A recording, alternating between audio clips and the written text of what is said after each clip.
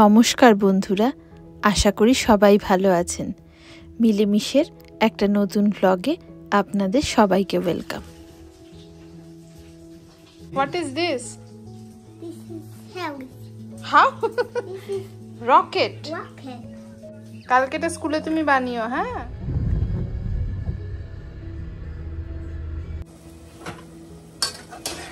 আজ আমাদের বাড়িতে একটুখানি তোড়জোড়টা বেশি আর একটু তাড়াহুড়োর মধ্যেই রয়েছি। আসলে আজ যেতে হবে রিভুদের স্কুলে, সেটা তো আপনাদের সাথে ডিটেলসে গল্পটা বলবই। আর তাছাড়াও আজকে একটা ভীষণ আনন্দের দিন, কারণ আমাদের এক বন্ধু কলকাতা থেকে আসছে এখানে ইউএসএতে। ও পড়াশোনা সংক্রান্ত আসছে, তো প্রথম কয়েকদিন ও আমাদের বাড়িতেই উঠবে। তো বহুদিন পর একজন ইন্ডিয়ান ফ্রেন্ড, আর ও আমার আর রিজুর ভীষণই ক্লোজ ফ্রেন্ড, তো সেই জন্য তো খুবই আনন্দ। যাই হোক, এখন হচ্ছে আগের দিন রাত্রিবেলায়, সেই দিন এটা প্রবাবলি বুধবার দিন রাত্রিবেলায়, সেই দিন রিজু বসেছে রিভুর স্কুলের কিছু আর্ট অ্যান্ড ক্রাফটের কাজ করতে। যেই কাজটা রিজুর কাছে মনে হয়েছে যে মানে ওর অফিসের কাজের থেকেও বেশি কঠিন। ঘটনাটা হচ্ছে এরকম যে রিভুর যে ক্লাস টিচার এরিয়েল ম্যাম, সে আমাদের সবাইকে পেরেন্টসদেরকে অ্যাপ্রোচ করেছিল যে আপনারা একদিন করে আসুন, কিছু মানে হ্যান্ডস অন বাচ্চাদের দেখান আপনাদের প্রফেশন অনুযায়ী বা কিছু এরকম কিছু। তো সেই করে বাচ্চাদের সাথে একটু আপনারাও এনগেজ থাকুন। উনি চেষ্টা করেন নতুন নতুন অনেক ইনোভেটিভ চিন্তাভাবনা এনে সেইটাকে মানে এক্সিকিউট করার। আর আমি মনে হয় প্রথম যে গিয়ে টুক করে রিজুর নামটা ওখানে লিখিয়ে এসেছিলাম যে হ্যাঁ, প্রনীলের মা আর বাবা অবশ্যই যাবে। আর আমার দেখা দেখি প্রনীলের আরেক বন্ধু খ্রিশ্চান, ওর বাবা মাও কিন্তু নামটা লিখিয়ে এসেছিলো। হ্যাঁ, প্রচুর মানুষ পার্টিসিপেট করেনি, হয়তো তাদের অফিসের কাজ বলুন বা কিভাবে কি করতে হবে প্রথমবার সেটা হয়তো বুঝতে পারেনি বলে, কিন্তু খ্রিশ্চানের বাবা মা আর আমরা এরিয়াল ম্যামের এই মানে চেষ্টাটাতে সম্পূর্ণভাবে হেল্প করেছিলাম। আর বিশ্বাস করবেন না, ভীষণ ভালোভাবে পুরো জিনিসটা হয়েছিল। তো সেই জন্যই বৃহস্পতিবার আমাদেরকে ডেকেছিল ওদের স্কুলে যে আপনারা কিছু বাচ্চাদের সাথে সময় কাটান, অ্যাক্টিভিটি করুন। তো সেই রকমই একটা প্রিপারেশন মোটামুটি এক সপ্তাহ আগে থেকে কি করব ওদের সাথে, সেই ভাবনাটাই একটা মারাত্মক জায়গায় পৌঁছে গেছিল। আর সেইখান থেকেই আমি বললাম, যেহেতু Riju electronics and telecommunication engineer, তো আমি বললাম এই ল্যাপটপ, ফোন এরকম টাইপের কিছু একটা বানিয়ে নিয়ে গেলে হয়। তো আমরা এইরকম একটা মডেল রকেট বানিয়েছিলাম, যেখানে প্রচুর শেপসের ইউজ করেছিলাম, বাচ্চাদের শেপস কনসেপ্ট দেওয়ার চেষ্টা করেছিলাম, কারণ ওদের স্কুলে ওদের ম্যাথসে কিন্তু শেপসটা এখন শেখাচ্ছে, সেইটা শেখানোর চেষ্টা করেছিলাম। আর তার সাথে এই রকেটটাও ছিল, আর রকেট দেখে বাচ্চারা ভীষণ খুশি হয়েছে। হ্যাঁ, এবার স্কুলের ভেতরে আমি কিন্তু সেরকমভাবে কিছু ভিডিও নিতে পারিনি, কারণ ফর সেফটি পারপাস আমার মনে হয়েছে যে স্কুলের ভেতরে ভিডিও নেওয়াটা উচিত না। কিন্তু এরিয়াল ম্যাম আমাদের বেশ কিছু ফটো পাঠিয়েছিল, সেই ফটোগুলো আমি অ্যাটাচ করে দিয়েছি, সেগুলো আপনারা একটু পরেই দেখতে পাবেন। বিশ্বাস করুন, বাচ্চাদের এই রকেট কনসেপ্টটা এত ভালো লেগেছিল। আসলে এরোপ্লেন, হেলিকপ্টার, রকেট এই জিনিসগুলো বাচ্চাদেরকে ভীষণ আকর্ষণ করে। তো ওদের এত ভালো লেগেছিল, ওরা আমাকে আবার সবাই জিজ্ঞেস করছিল যে আমরা কি বড় হয়ে রকেট এক্সপার্ট হতে পারবো। তা আমি বলেছি অবশ্যই। আর সবার জন্য আমি পরিমাণ মতো আমি আর রিজু মিলে এই শেপসগুলো কেটে কেটে নিয়ে গেছিলাম। ওখানে এরিয়াল ম্যাম ওদের পেজ, তারপর গ্লু এগুলো প্রোভাইড করেছিল, আর সেই দিয়ে ওরা রকেট মানে বানিয়েছিল। ওই শেপসগুলোকে সাটিয়ে সাটিয়ে তারপর নিজেদের নাম লেখা, তারপর পাশে আরেকটা রকেট যদি আঁকতে পারে তো আঁকা, এই সমস্ত করেছিল।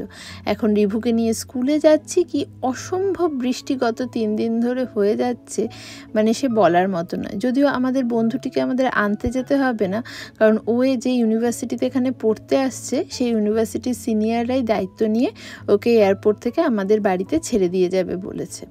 তো সেই জন্য এই কাজটা আমাদের নেই। যাই হোক, তা আমরা বলে রেখেছি যে কোনো অসুবিধা হলেই যেন সঙ্গে সঙ্গে বলে, কারণ আমাদের বাড়ি থেকে এয়ারপোর্ট মাত্র 25 মিনিটের ড্রাইভিং।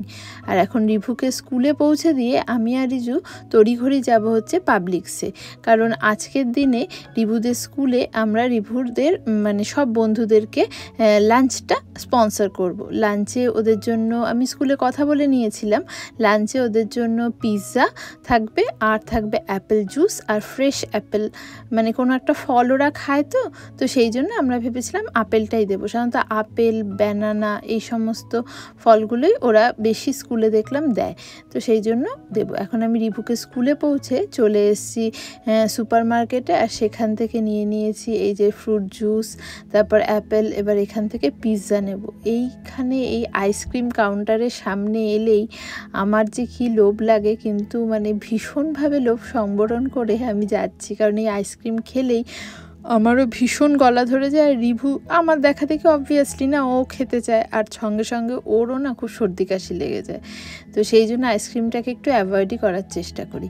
আর এইখানে স্কুল থেকে বলে দিয়েছিল একদম চিজ পিৎজা, মানে কোনো টপিংস ছাড়া পিৎজা দিতে, তো সেই জন্য এখানে খুব ভালো এই ক্যালিফোর্নিয়ার মার্গারিটা পিৎজাটা না খুব ভালো হয়। আমরাও বাড়িতে খাই, আমি যদিও বাড়িতে টপিংসটা নিজের মনের মতো করে নিই, কিন্তু ওদের স্কুলে বারবার বলে দিয়েছিল একদম প্লেন চিজ পিৎজা যেন দেওয়া হয়। তো দিয়ে এবার বাড়ি চলে এসেছি। স্কুলে সমস্ত জিনিসপত্রগুলো আমি স্কুলে যিনি মানে কিচেন ক্যান্টিনের দায়িত্বে আছে তার হাতে সব দিয়ে এসেছি, উনি সময় মতো সব করে দেবে। এবার তাড়াহুড়ো করে বিছানা টিছানা সব গুছিয়ে নিচ্ছি, কারণ বাড়িতে একটা লোক আসবে, একটুখানি পরিষ্কার না করলে হয়, তাই গুছিয়ে নিচ্ছি। আর রিজু এদিকে কাজে বসে গেছে। রিজুদের অফিসে এখন একটু কাজের প্রেশারটা বেশি, তাই মোটামুটি মাথা গুঁজে ও কাজ করারই চেষ্টা করছে। ওদের শুনছিলাম কি সমস্ত প্রজেক্ট আছে, সেই সমস্ত নিয়েই ওরা এখন একটা প্রাইমারি লেভেলের কাজ শুরু করে দিয়েছে। যাই হোক, এখন এই সমস্ত করে আমি আবার রান্না করতে চলে যাব। তার আগে একটু আমরা ব্রেকফাস্ট করে নিয়েছি হালকা, কারণ আমাদের আবার 10:30 থেকে 11:15-র মধ্যে রিভু স্কুলেও যেতে হবে, তো সেই জন্য খুব ঝটপট রান্না করব, একটু ঝাড়াঝাপটা রান্না করব।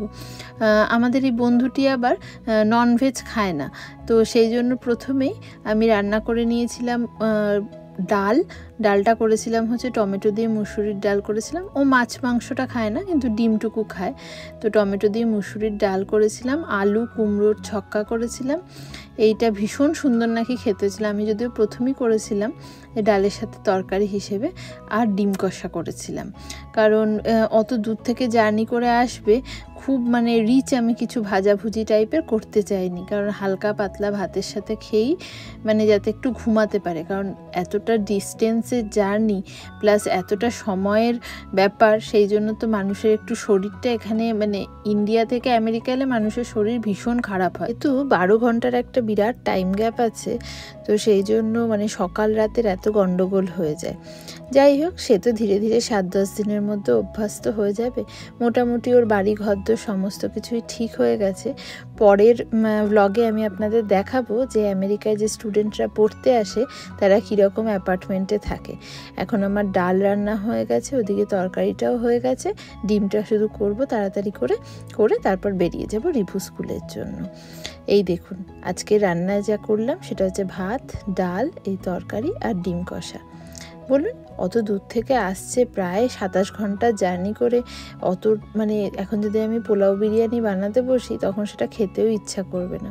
তবে হ্যাঁ, কাল থেকে একটু যখন সব কিছু শরীর ঠিকঠাক হয়ে যাবে তারপর থেকে একটু ভেবেছি ভালো মন্দ রান্না করব, একটু লুচি ঠুচি। নিরামিষ তো আমি সেরকম আসলে ভালো অত পারিও না, সেই জন্য ভাবছি, যদিও রিজু প্রচুর সবজিপাতি এনে রেখেছে যে কিছু একটা করতে হবে, তো সেরকমভাবেই ভেবেছি। তো আমার লাঞ্চ ডিনার যাই বলুন কমপ্লিট। এই যে এই ফটোগুলো এরিয়াল ম্যাম পাঠিয়েছিল, আমি আর রিজু মিলে গেছিলাম। বাচ্চারা ভীষণ আনন্দ করেছিল, তারপর ওরা নিজেরাও হাতে সমস্ত বানিয়েছিল।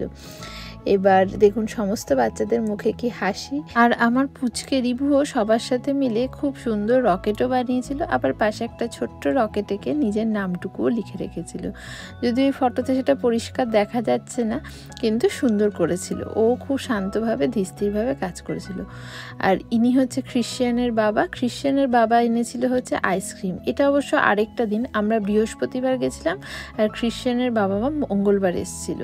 তো উনি আইসক্রিম এনে ওনারা কনসেপ্ট দিয়েছিল বাচ্চাদের কিভাবে মেজারমেন্ট করা হয়, তো এটাও ভীষণ ওরা আনন্দ পেয়েছিল। এই দেখুন রিভু এখানে স্কুলে শেপস ট্রেসিং করছে, শেপসের ওপর কাজ করছে। ওদের এখন মানে প্রচণ্ডভাবে অঙ্কের কনসেপ্টে শেপস শেখানো হচ্ছে, ভ্যারাইটিস শেপ।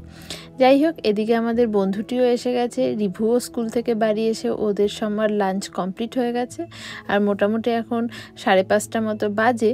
তো রিতেশও চলে এসছে, এখন ওকে নিয়ে ঘরে যাব, একটু ফ্রেশ হবে, তারপর দেখি কত গল্প জমে আছে, ইন্ডিয়ার অনেক গল্প শোনার আছে। তো আমরা মোটামুটি রিতেশ হচ্ছে রিজুর প্রথম চাকরি জীবনের বা বলতে পারেন কলেজের জুনিয়র, সেই থেকে বন্ধু। আর এখন সন্ধেবেলায় একটুখানি পাউরুটি সেঁকে দিয়েছি ঘুগনি দিয়ে, সেটাই রিতেশকে খেতে দেব। ওরা এখন খুব গল্প করছে। যাই হোক, আজকের ব্লগটা এখানেই শেষ করি। পরের ব্লগে আরও সুন্দর সুন্দর তথ্য আপনাদের কাছে নিয়ে আসবো। ভালো লাগলে অবশ্যই লাইক, শেয়ার, কমেন্ট, সাবস্ক্রাইব করবেন।